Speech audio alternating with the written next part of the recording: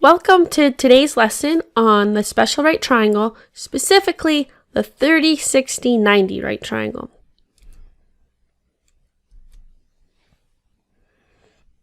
So the objective for this lesson is I can find the length of the sides of a 30, 60, 90 triangle by using special right triangle shortcuts instead of the Pythagorean theorem. So let's talk about the 30, 60, 90 triangle first. This here is an equilateral triangle. All the angles are 60 degrees and all of the sides are 8. The 60 degrees is really important because that's going to become the 60 in our 30, 60, 90 triangle. If I draw in a segment from this top vertex down to the side, and this is going to cut the top angle in half, so it's 30 degrees on the top, where it intersects this other side is actually going to be a right angle. Because of triangle sum theorem, the 30 degrees and the 60 degrees would add to 90. So to get to our full 180 of the triangle, this has to be a right angle at the bottom. When this happens, it also divides this bottom side in half. So each side is 4. And that is where our 30, 60, 90 triangle is going to originate from. This is important because of the relationship that this short side has to the hypotenuse, where the hypotenuse is twice the short side. Every 30, 60, 90 has this. So here are 3 examples of a 30, 60, 90 triangle with different side lengths. Notice I have a short side of 2 and a hypotenuse of 4, 3 and 6, and then 4 as the short side and 8 as the hypotenuse. What I want you to do is go ahead and use the Pythagorean theorem to find the missing third side. Make sure that you are using the A or the B in your Pythagorean theorem as your variable, because C is your hypotenuse and we know the length of our hypotenuse. Go ahead and hit pause for a moment, work through these, and find the missing third side.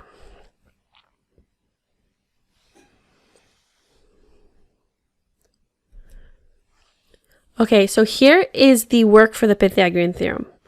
We have our a squared plus b squared equals c squared.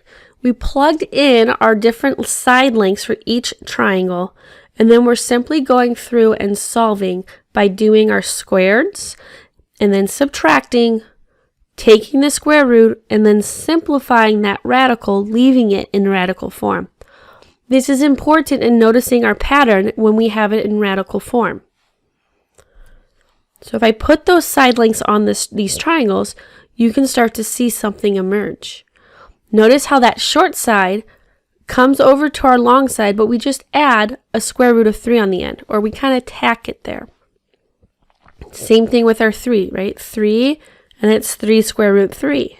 And our last triangle, the short side is 4, and it becomes 4 square root 3. So let's do a couple of examples to see if we can actually put this shortcut into practice. So here is our first example.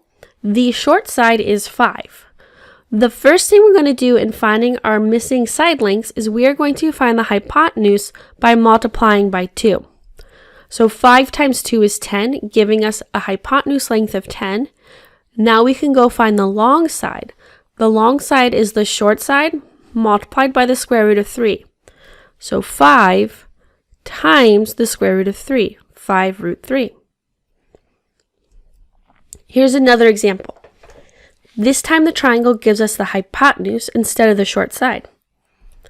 Well, if going from the short side to the hypotenuse is multiplying by 2, to go backwards from hypotenuse to short side, we're going to divide by 2.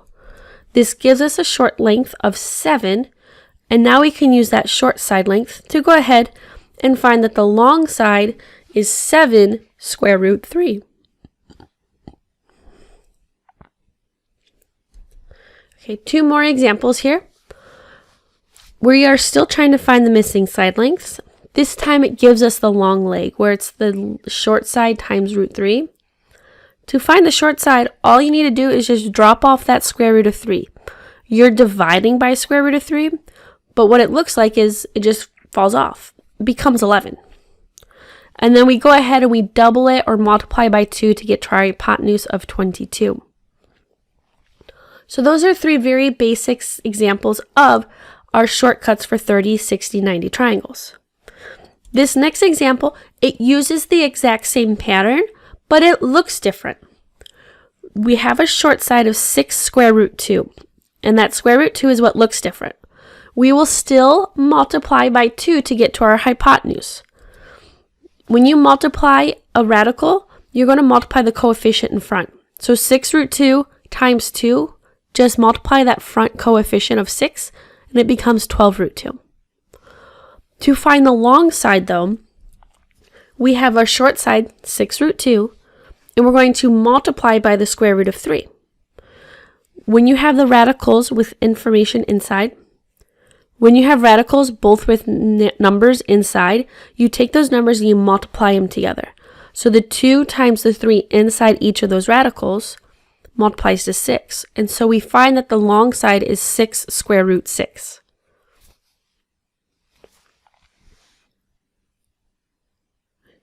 Okay, here are 2 more examples of this same thing happening where we're given a radical on that short side.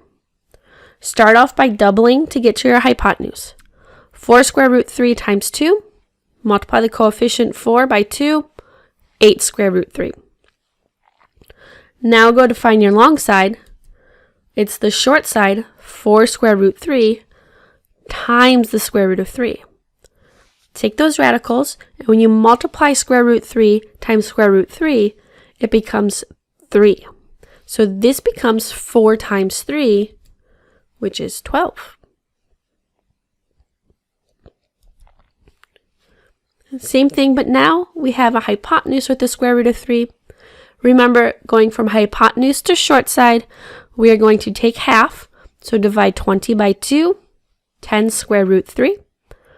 Now take that short side and we multiply by the square root of 3. 10 square root 3 times the square root of 3. Combine our radicals, so this becomes 10 times 3. And we know that 10 times 3 is 30.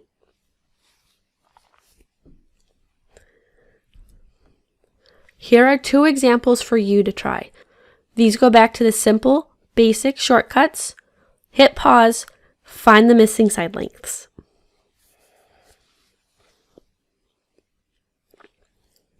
Alright, here are your missing side lengths. Again, it's just doubling to get to the hypotenuse, multiplying by the square root of 3 to get to the long side.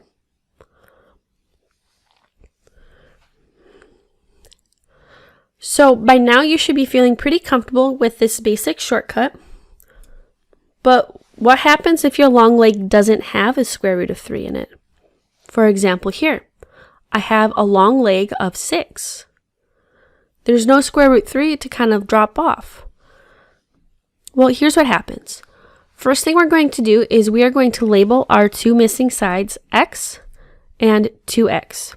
Remember, this comes from when we derived and we created this 30, 60, 90 triangle, and the hypotenuse was twice as long as the short side. We are going to use this and put it into our Pythagorean theorem, making sure that we plug in 2x, the quantity for c, and squaring that. We progress through our Pythagorean theorem by squaring and then subtracting x squared, dividing by 3, taking a square root, and then we simplify that radical down. So our short side x is 2 square root 3. And that means when I multiply the short side by 2, I have 2 times 2 square root 3, and that becomes 4 square root 3. We are looking to find a pattern.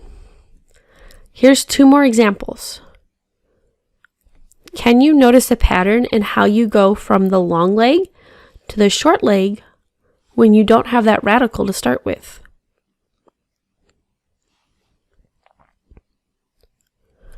First, we're going to divide by 3, then tack on a square root of 3 at the end.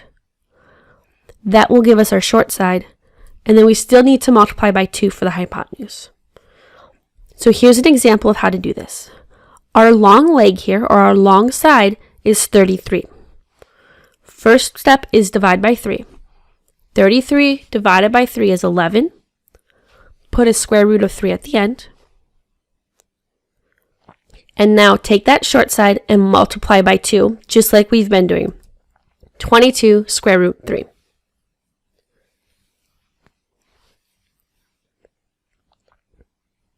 Here are 2 more examples for us to practice with. We're going to use those same steps. So looking at this example on the left, if my long side is 12, first divide by 3, so 4, and then put square root 3 on the end. 4 square root 3 is my short side. Now take that short side and multiply by 2, and you get 8 square root 3 for your hypotenuse. Now let's shift over to the example on the right. 21, divide that by 3. So 7, and then we put the square root of 3 at the end. 7 square root 3. And now we'll take that and we're just going to multiply by 2 to find the hypotenuse. 14 square root 3. Here's one for you to try on your own. The steps are still there. Just follow them through and find the missing side lengths.